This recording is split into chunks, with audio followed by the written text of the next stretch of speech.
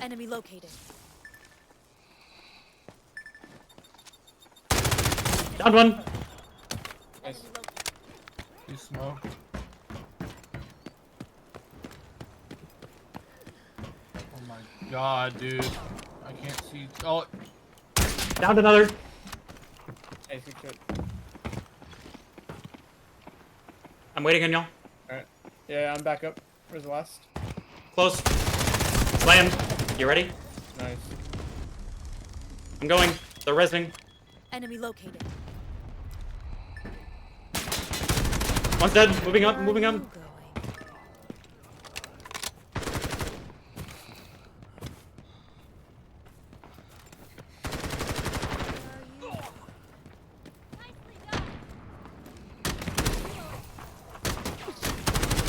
you? Dead. Wipe out. That was a fucking crazy prefire on the first guy. Thank you. Get back in the fight. And hello there. What up, everybody? My name is What a Week. Today, I'm going to be going over the best controller settings for Delta Force. So right now, I do play on PC, so I have been having some time on the game, playing against mouse and key players.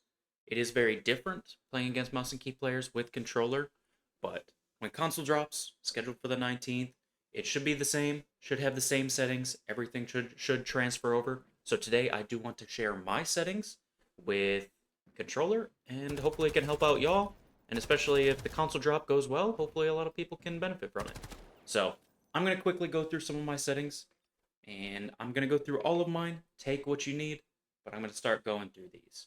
So, I'm not going to touch too much on the game settings, I'll just scroll through them in case anybody wants to see them. These are my current settings for this, but I will touch on my controller settings once I get there. Okay. So quickly going through, when we first talk about the dead zone, when it comes to your right stick dead zone, you want this to be as low as you can without having significant stick drift.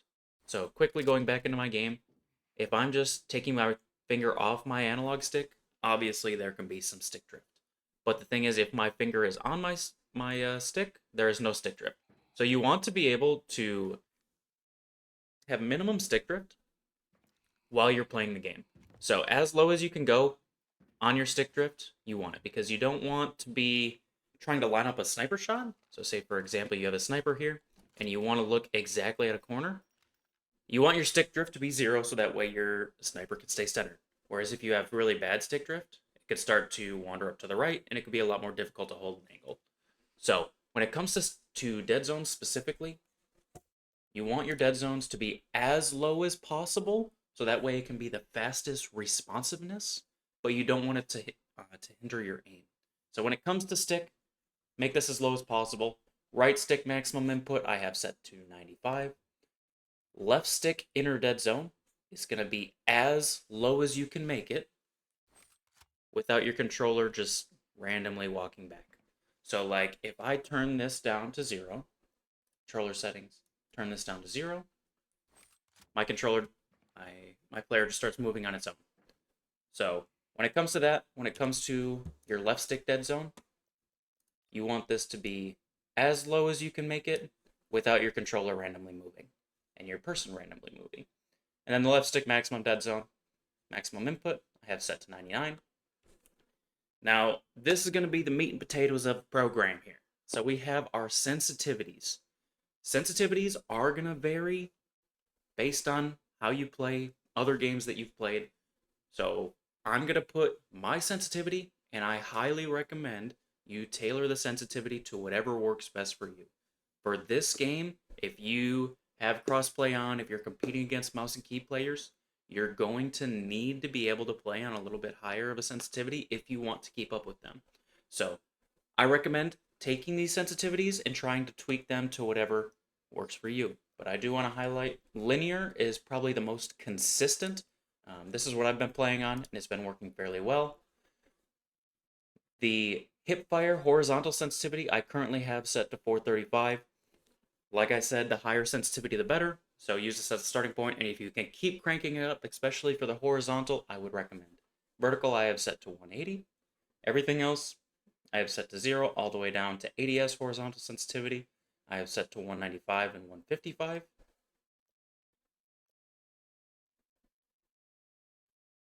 When it comes to the per optic zoom, this is going to be another thing that you can tailor however you see fit.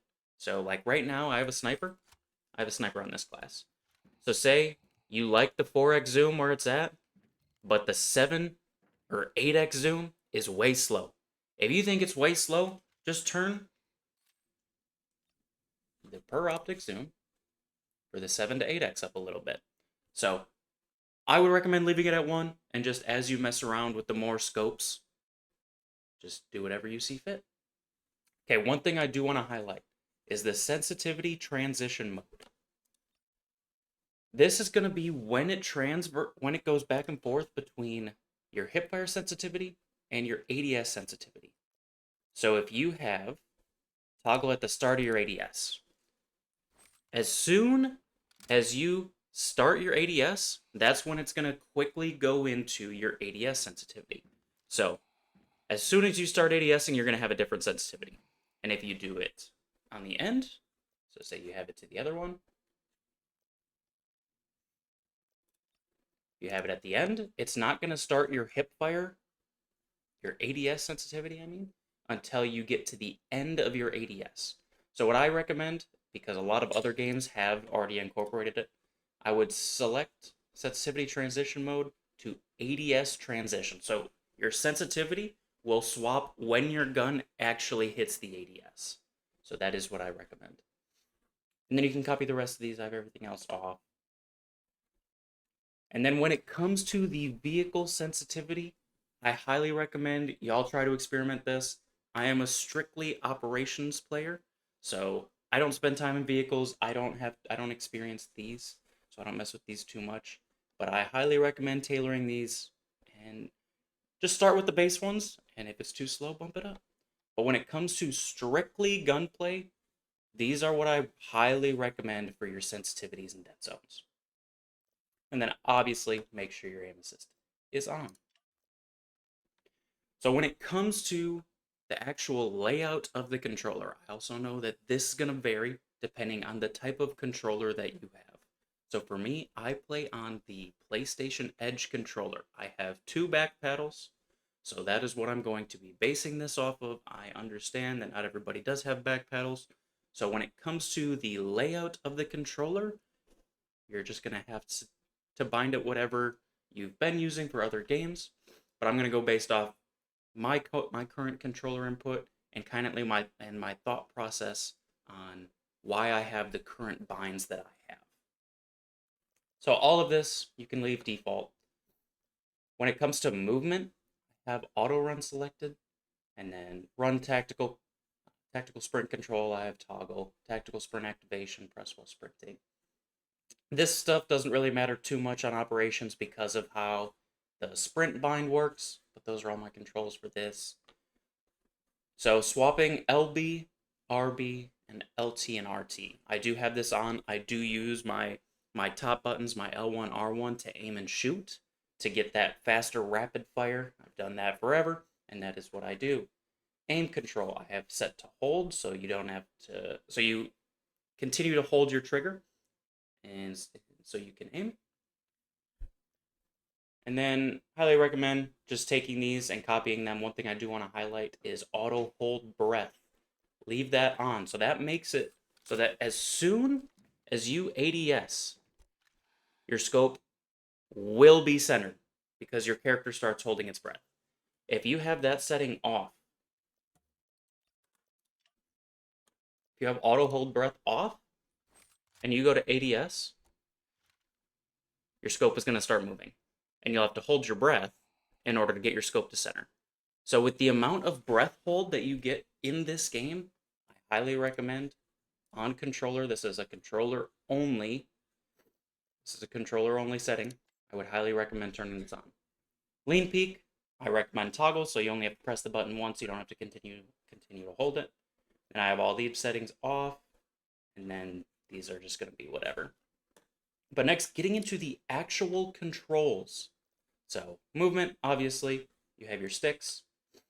So crouch and prone. when it comes to crouch and prone, it's going to be whatever you typically use. One thing I do want to touch on for this is since I do play on the PlayStation Edge controller, within the PlayStation application, I have rebound my circle button and my R3. So where it says here, crouch, it's set to R3, it's actually my prone and crouch is set to circle. So just keep that in mind as I go through this. Those two buttons are swapped, but that's going to be a big thing when it gets into the actual controls of this. So my prone is set to circle. It is a weird button. I feel like in this game, prone isn't as important as the lean keys, which I do have on my left and right stick, which we will talk about here in a second. Jumping, I have set to my back right paddle as well as A. So whatever typically you use for jumping, keep that the same. Run, I do not have bound to anything because we do have that auto sprint on. So the moment that I put my left stick all the way forward, it will be maxed out. Okay, big thing I want to talk about here is the leaning. Left and right lean. So as I said, I have my circle and right stick swapped. On this layout of the game on PC, the controller layout actually shows an Xbox controller. It is what it is. It's the state of PC gaming. But my left and right lean, I have on my left and right stick to match whatever way you're leaning. I highly recommend you do this in-game. So you press your left stick in to lean left, you press your right stick in to lean right. So that way in the middle of gunfight, you can continue to lean. Leaning is very important in this game, so I do recommend that. Aiming and shooting. Aiming, obviously, left bumper, right bumper, because I do play on those inverted from left trigger and right trigger. Reload. I have reload bound to my left paddle. So I have reload and jump bound on my two paddle buttons. And then other interactions. So if you get stuck by an arrow, you have to extinguish a fire. This is going to be the button you have to press. Make sure you bind this. I know there's a lot of buttons that the game does ask you to use. It'll combine buttons in a little bit, which we'll get into, which is very different. But make sure you specifically bind this to one button, because this is a very important button for the heat of the battle. And then weapon cycling is on Y or triangle, and then if you hold it, you bring out your knife. So next is firing mode. Doesn't matter too much. It's good to know your button for this, but once you get into the routine of your weapon, you're not going to need this as much. So right now it's on a double bind. Your med wheel. So in order to heal in the game, I have this on my right, or on my up on my D-pad, and in order to select certain heals within your heal wheel, you just hold up on your D-pad, and it'll pull up a heal wheel, and then you can select whatever one you need. Mark, just have bound to right on my D-pad, and then switching optic and zoom. I have this unbound because you can bind it in your aim settings. So there's not enough buttons on controller to bind this here, but you can bind it in the aim settings. And then tactical gear, so this is pretty much your ultimate ability. It's left trigger and right trigger at the same time. And then I have my two gadgets bound on my left trigger and right trigger. And then, as I said, I don't play Warfare, so I don't mess with these as much. This tactical device is going to be your laser and your flashlight. So, also, it's not going to matter in the heat of the battle, but it's also good to know this. So if you do want to turn off your laser, turn off your flashlight, you at least know the button for this. And then lastly, on this tab, our quick melee. We want to make sure that our quick melee is down on our D-pad. Just make sure you have it bound, so that way if you do encounter an AI and you just got to deal with it quick, you don't have enough time to hold your triangle button to pull out your knife. You can just quick melee the enemy. Alright, lastly, the aim settings. So make sure you have your leans bound to the same as what you have them bound before. Hold breath, bind whatever you want your hold breath to be. For me, I have it left trigger, which is also one of my abilities, but when you ADS, the hold breath will take over. And then when it comes to switching optic, so Remember, I have my right stick and my circle swapped. So for me, I have circle as switching optics, or B if you're using the Xbox controller layout. One thing I do want to highlight is the rangefinder. So within this game, there is a scope known as the cheater scope. That if you press your rangefinder button, you can see enemies through trees, shrubbery, etc. So it's good to have this bound so that way you can use this scope, but just keep that in mind. It's not as viable on controller. On mouse and key, you can set the rangefinder to a scroll wheel and continuously spam through shrubbery and such, but on controller, not quite as viable, but you can still use it, so it's good to know that bind. Alright, so that is it for the controller settings. We have a vehicles tab here. Like I said, I don't play Warfare, so most of these settings aren't gonna impact me, but I do want to go through the rest of my settings here so that y'all can see what I've been playing with, what I've been grinding with. And I know this will be a little bit different because with console coming out, y'all's settings might look a little bit different, but for the general overview, it should be the same. Default FOV I have set to 114.3, just kind of mess with this, whatever you want to play with. And then, yeah, I'm just going to quickly scroll through here. If anybody wants to see any of these specifically, just pause the video. I'm not going to go step by step and go through these. But this is what I've been playing on. When it comes to audio, obviously, crank this up. I have this turned down for recording purposes, but master volume, you want 100%. Make sure you select whatever your audio device is. Music as well, turn down to 0. I don't like lobby music, but there is one thing that I do want to touch on, and that is copyright music playback. There is a lot of really good music in Delta. Some of my favorite songs are in this game. But when it comes to core gameplay, I highly recommend turning this off if you want to be able to hear. Right now, there is an event going with the drops in game, that when a drop comes down, the music is very, very loud. So for core gameplay experience, I highly recommend turning this off. But yes, those are all the controls and everything that I do have that I highly recommend. I'm going to quickly just scroll through one time. But yes, this is 100% what I recommend, and you go through and at least start with. If you start with these settings and then start tweaking them how you see fit, I think that's going to be the best to work for most players out there, especially if they're new getting into Delta. At least start with these settings and go from there. Alright, hopefully this video was able to help some of y'all. Hopefully you can take these settings into your next game and try to get some kills, hopefully rank up.